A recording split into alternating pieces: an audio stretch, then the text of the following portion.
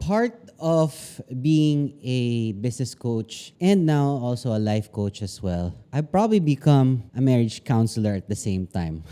Unofficially. I can't count now the number of times I've helped couples who were not doing so well in terms of their relationships be stronger. And there are others who are unrepairable, but I'm very proud to say that I've helped a lot of couples stay together and now their relationships have been more stronger compared to before. If you're one of the couples, please leave a comment. I need some proof, guys. You did all the work. I'm just here to ask you the right questions as your coach, but glad to say that I've been able to help a lot of people in terms of the relationship. In this episode of Coach Antonio, I want to talk to you more about power couples. And if you want to be a power couple, it doesn't matter if you're married or you're just a live-in partner or you're in a relationship with someone, it's all the same. Any type of relationship, to mention what it is. But if you have a relationship with someone and it's a relationship with your partner for life or whatever, you need to learn this monthly relationship meeting. Sounds interesting, right? It's actually called Life Dinner. And in this episode, I'll talk more about what goes on in a life dinner.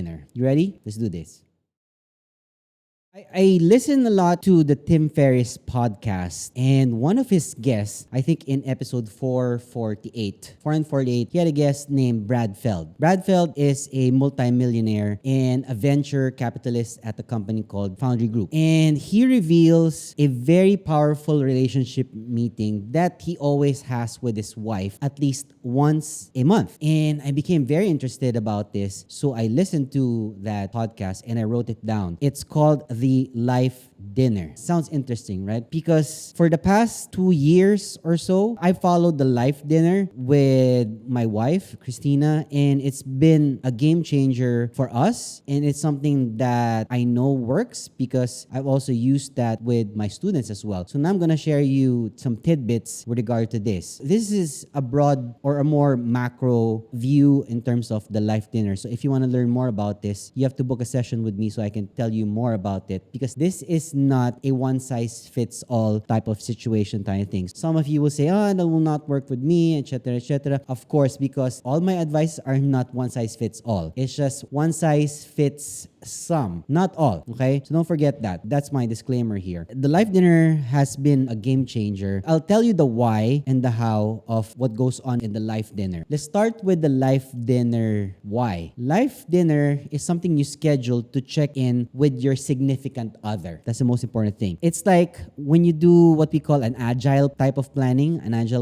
with your most important client. When you have a very important once a month meeting with your client to touch base, this is something you do with your partner. But instead, it's a life dinner. It's not like a meeting because that's going to offend your partner. So the process builds more intimacy, trust, and accountability from each other, which usually couples don't have for each other. For example, I think the divorce rate now with the US is at an all-time high, wherein, it's just something that they swallow and they just spit out if they don't feel like it. And here in the Philippines, we've seen a lot of cases with, not just celebrities, but people separating and getting married during the pandemic. Now they're separating right away. I don't need to name names, but we need new strategies like the Life Dinner. What's the how in the Life Dinner? What you do is you set what we call a recurring calendar invite with your partner, at least on the very first week or on the very first day of the month. I would suggest it's better on a weekend rather than on a weekend. So probably the first weekend of the month would be a good time if you're both working. So that session can take as little as probably 15 to 30 minutes at most. And it should be at dinner. But it's best to allocate at least 1 to 2 hours if you can. Don't have anything to do afterwards, like a meeting with another person. You don't do that. During the Life Dinner, you'll discuss 3 vital issues or categories, I would say. And let me discuss to you each one of them. The first one is about personal reflections from your last month. These are things that I'll discuss to you more in a bit. But number 1, personal reflections on last month. Number 2, relationship reflections on last month. And number 3, personal goals for the next month. Let's dive into all 3 of them. Let's start with the first one, which is personal reflection on last month. So number 1, your guiding question should be the following. I need you to write this down. What could I have done better? That's the first one. Number 2, what was I proud of? That's number 2. What was I proud of? Number 3, what's causing my anxiety? Is there any anxiety that's being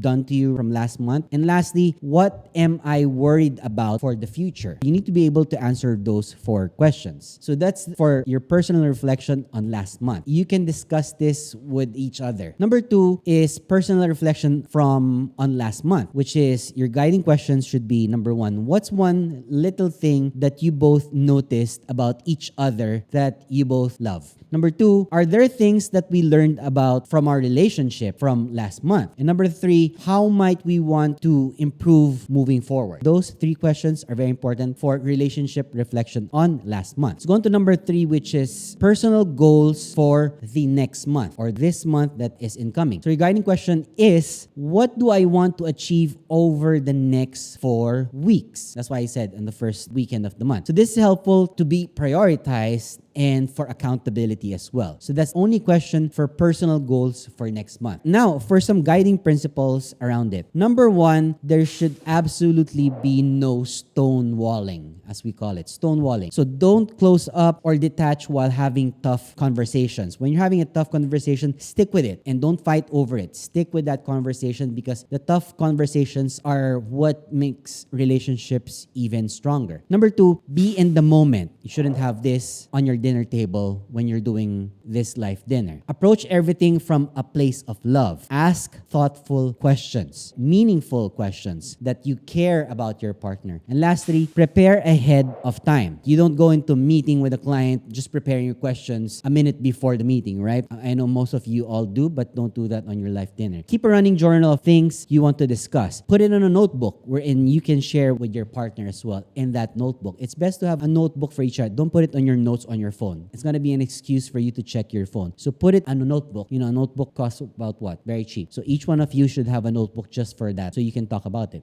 Now, for more information about the life dinner, you schedule a monthly meeting with your partner so that you have, again, your personal reflections for last month, your relationship reflection on last month, and personal goals for the next month. Those are just the 3 important things. It's a relationship system that builds trust, intimacy, and accountability amongst each other. Because a relationship takes 2 people, not just one, to make it work. My best relationship advice is that a relationship is not about going 100%. It's about giving 50-50. Each person gives 50% of themselves. You give 50% of yourself so that you have 50% for yourself. You don't give 100%. You give 50% of yours. They give 50% of theirs together. That is a full 100%. Now, I know most people say, no, you have to give 100% of yourself. Yes, you have to give 100% of your efforts. But you always leave something for yourself so that you grow yourselves individually. One thing I myself had problems with a relationship before is that, we started outgrowing each other who we are before we got married. Who we are, me and my wife, before we got married, were 2 completely different persons, but we got together. But then as our marriage went on even further and the way our trajectories of our careers went on, she went to do something else, I went to do something else. It made us grow even further from each other. And that's why some relationships go downward spiral just because of that, because they outgrow their partner, and some partners don't just grow anymore. Some partners don't grow. Some partners outgrow themselves, their partners too fast, and based on their past, they're not meant for each other anymore. So that's why you need the life dinner as well to help you. It's not gonna solve your problems, all of it, but it could help solve some issues that you may have. You're able to nip your issues in the bud before it even grows even further. There you have it. It's basically a monthly meeting for power couples. And I know you don't need to set a meeting with your partner. I hope you sleep with them in the same bed, or you drive each other to work, or you have times together. But are you really spending time with each other that's meaningful? And that's what the life dinner is. It's a very intentional type of conversation that you're having with each other. If you like this episode, make sure to subscribe to the channel if you're not subscribed to the channel yet. And please, I appreciate the comments in the comment section. And I'll see you again on the next episode. Peace.